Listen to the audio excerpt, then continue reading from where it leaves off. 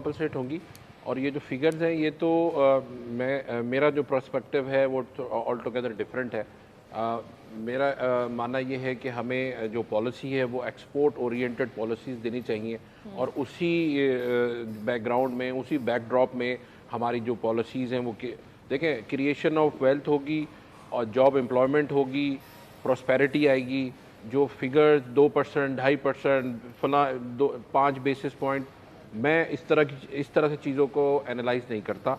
मैं ये कहता हूँ कि लॉन्ग टर्म हमारी जो है पॉलिसी होनी चाहिए and it should be export oriented policy. कि आपका जो है, जैसे रियल इस्टेट का भी जिन भाई ने बोला था, तो रियल इस्टेट में आपको पता है कि अगर आप उसको सही तरह स्टडी करें तो इन्फ्लेशन 10 टाइम्स इंक्रीज़ होता है। आप ये मुझे बताएं कि अगर आप रियल इस्टेट को खोलते हैं तो रियल इस्टेट में जो चीज़ें लगती हैं क्या वो पाकिस्तान में बनती हैं? क्या आपके पास वो जो केचर हैं दरवाजे में लगने वाले, क्या वो पाकिस्तान में बनते हैं? क्या वो जो आप हैंडल्स लगाते हैं दरवाज़ों पे, क्या वो पाकिस्तान में बनते हैं?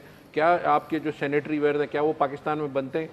नहीं बनते। वो सारी चीज़ें इंपोर्ट होंगी। जब इंपोर्ट होंगी तो फिर क्या होगा? आपका ट्रेड डेफिसिट हो जाएगा। ट्रेड डेफिसिट होगा तो फिर क्या होगा? फिर आपको फाइनेंशियल डेफिसिट आ जाएगा। जो फाइनेंशियल डेफिसिट होगा तो फिर क्या होगा? आपका करंट अकाउंट डेफिसिट हो जाएगा। आपके फॉरेन रेमिटेंस सारे डिप्लीट हो जाएंगे।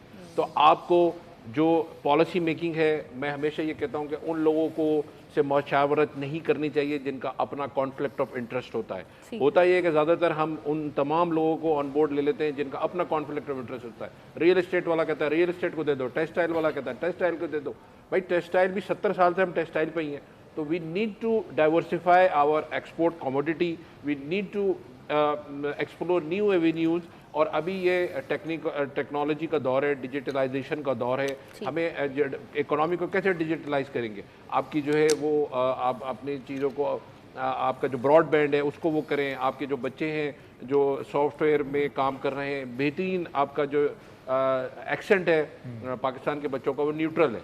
तो कॉल सेंटर्स का बहुत ज़बरदस्त काम हो सकता है। देखिए मनीला में या इंडिया में वो उनके एक्सेंट वो नहीं है जो पाकिस्तान की जो यूथ है उसका है। जो यूथ बल्ज है आप उसको यूज़ करें, वो आपका एक एसेट है। आप अपने एसेट को जो है उसको यूटिलाइज़ करें, ना सिर्फ कमोडिटीज़ को एक्सपोर्ट करें बल्कि टेक्नोलॉजी, जैसे भुट्टो साहब के दौर में लेबर एक्सपोर्ट हुई थी और सारे ये लीबिया गए थे, कुवैत गए थे और उस वक्त सऊदी अरब गए थे। तो अब आप अपने टेक्नोलॉजी में बच्चों को तैयार करें।